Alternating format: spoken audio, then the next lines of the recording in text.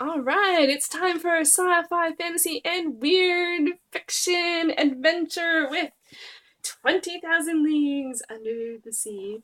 Hey everyone, it is Shannon, and I'm excited to get back to reviewing some of my sci-fi, fantasy, and weird fiction exploration books. It's been a while. I really didn't think it would be this long, but I got involved in a couple other things, and when that happens, it's hard to juggle all of that. But it is time. It is time. Now, 20,000 Leagues Under the Sea. This might be the first physical copy of a book that I have reviewed. I think that is the case. Everything else has been Kobo or Kindle or public domain. And this one actually is public domain, but I got this copy for my birthday. And it's a really great edition. It has wonderful, just wonderful pictures. It's hard to share because I don't want them to be spoilery. They almost all are. Well, that one's not bad. So, yeah, let's put this sucker here. All right, 20,000 Leagues Under the Sea by Jules Verne. This came out in 1869 to 70. It was serialized. Actually, usually you can feel that. I didn't feel that so much with this one. I actually felt that it was pretty, it felt pretty, like, there wasn't too much backtracking. I find a lot of serialized stories have a lot of backtracking, but this one that wasn't the case. And it goes under science fiction, and I don't know how I feel about classifying it as science fiction. I wonder if more at the time it was science fiction. For me, I'd put it, again, as many of these titles end up being, I would actually put it in adventure. I would put it in adventure, but it is definitely very iconic, and I don't know if actually some of the stuff that they talk about in this book, I don't know if it was possible at the time in which they write it, in which case, then yeah, definitely science fiction. Definitely science fiction. And I had seen at least one film version of this one, so I went into it with some uh, impressions already. That said, it actually was a bit different than I expected because it follows Professor Aronnax and his manservant, Conseil. I'm not sure how to say that, Conseil. A lot of what people talk about with this book is really Captain Nemo, but it Professor Aronnax, he's the protagonist. There is no question about this.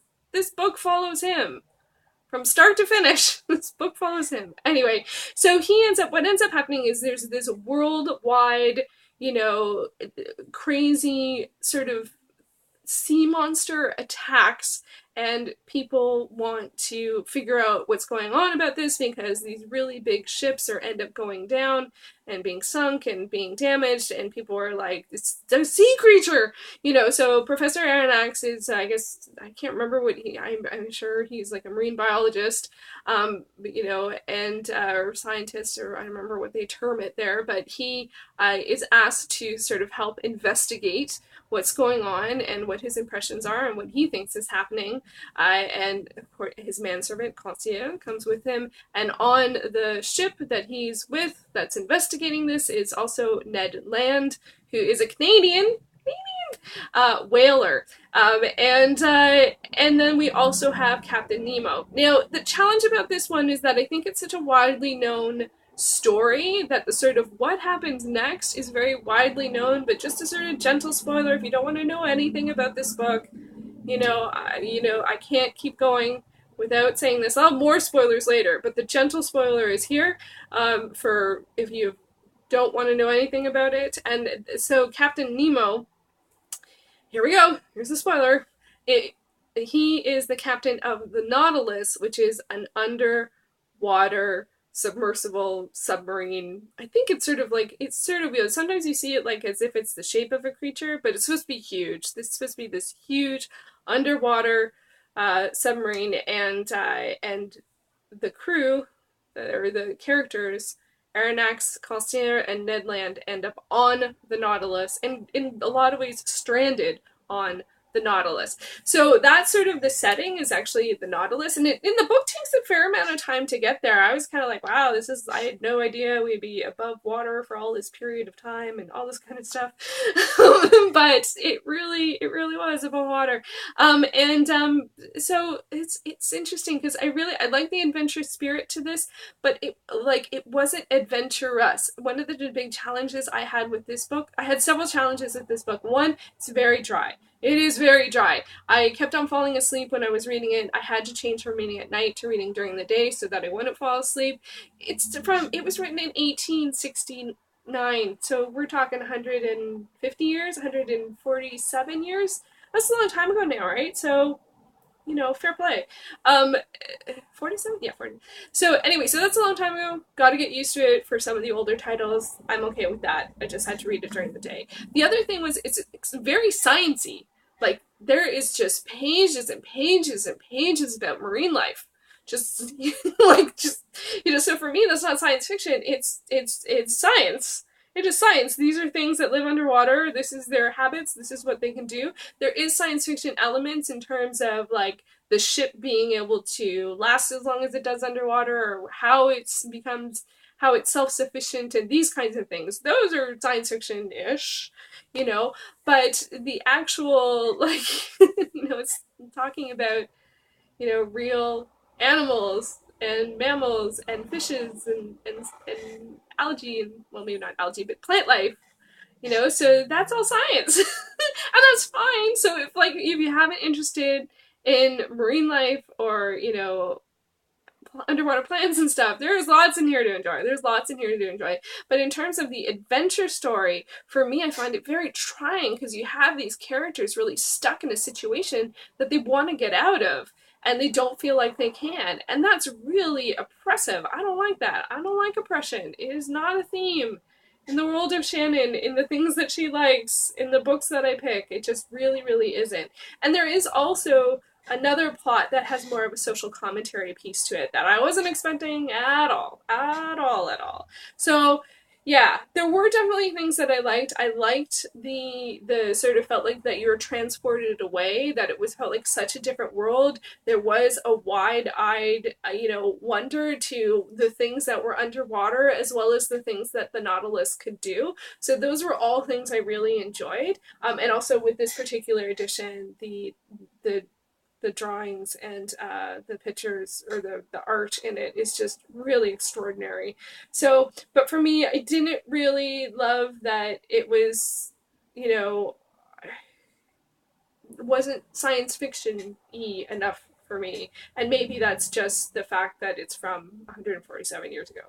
In a lot of ways, I kind of feel like this might be a common day version of this, or current day version of this would be The Martian, which is it's on the edge of what we know as science, but we feel like it's possible, but we're not there yet. That's what this feels like to me. One of the other things that really came up for me during this one was the idea of the wonder of anything, like the whole setup of this, like, is it a sea creature? What is it? What could it be that's destroying these ships? That's like, for us now, everyone's got a camera on their phone pretty much. Like, the idea of not having hard evidence to back up something, that it's this curious idea and drawings in the paper and who knows and speculation and not knowing for months and months and months, if ever, what the answer to this mystery is. Like, that feels something that's so foreign. Like, we're such an information-based, fact-based, fact or fiction, there's always whether or not you believe what you see, there's that, but the fact is, it's, getting evidence quickly that's convincing, and real, is very much a part of everyday life. So overall, like, would I recommend it? If you're like an old school sci-fi fan, sure. If you love marine life and underwater, yep. If you like adventure, yep. For the average person, that doesn't read a lot of stuff that's older, this might be a bit of a challenge. I'd go with something maybe shorter, like The Time Machine first. Because this one was pretty intensive and took a fair amount of reading. I had to mark out the pages a day, and and really work towards it to finish it.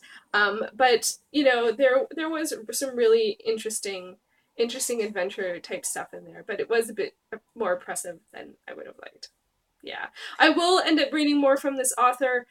He has other books that are on the list, and so I definitely will continue, but more so because they're on the list. I think I'll give myself some time between this one and the next one for sure, because it is a particular pace, and it's just not something I'm super used to. Whether or not this one is essential, I would say yeah. Like I think it really does hold a very important place in science fiction, and I think that it's just one that we don't see as much because some of the things that they talk about that you know potentially were futuristic are either come into fruition or we feel like can't happen. So the mystery, you know, and the wonder of that is gone, but I still think it holds an important place. So yeah, I do have just a few things for the spoiler zone to talk about the book very specifically. So here we go. If you haven't read the book and you don't want to be spoiled, now's your time to say goodbye. Oh, but next time we'll be talking about His Dark Materials, the Philip Pullman fantasy series. That's what's up next. So now into the spoiler zone. I have to say, I think my favorite part of the book was the stuff about Antarctica.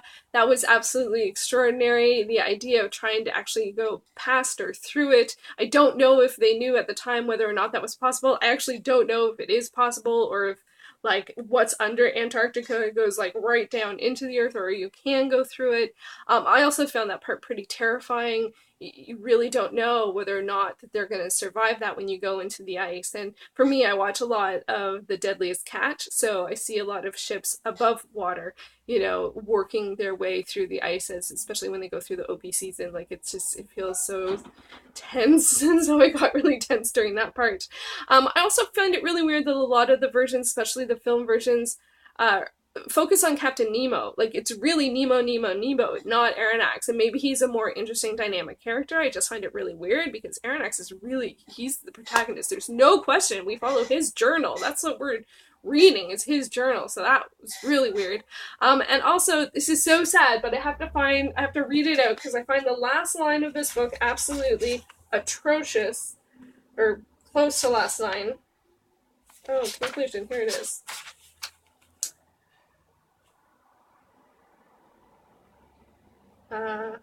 Okay, so I'm gonna go in a little after it, and it says, "Two men amongst all men now have the right to reply, Captain Nemo and myself, about who hath walked in the search of the depth in the book of Excelsius."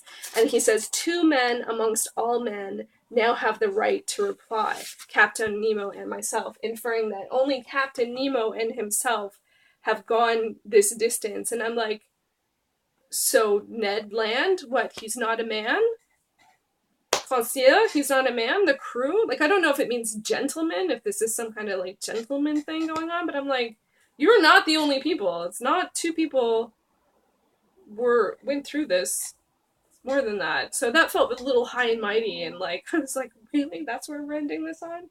I don't know. So if other people have different interpretations of the very, very, very, very end of the book, I would love to hear it, because I was like, what?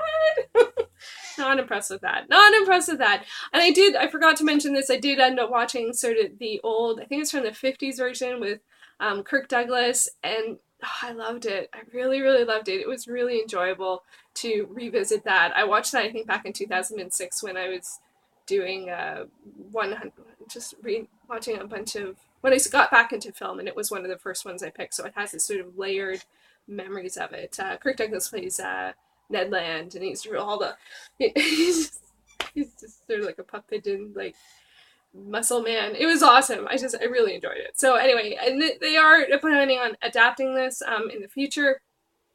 I think it's the guy that did the first X-Men movies. So I'm really looking forward to it, especially because I think he's going to bring it up to current day, and that could go some really interesting places. So there you go, 20,000 Leagues Under the Sea. Whew, getting back in the swing of these things. Sorry that was pretty long-winded. I'm trying to get back and catch up, and on to His Dark Materials next. Thanks for watching.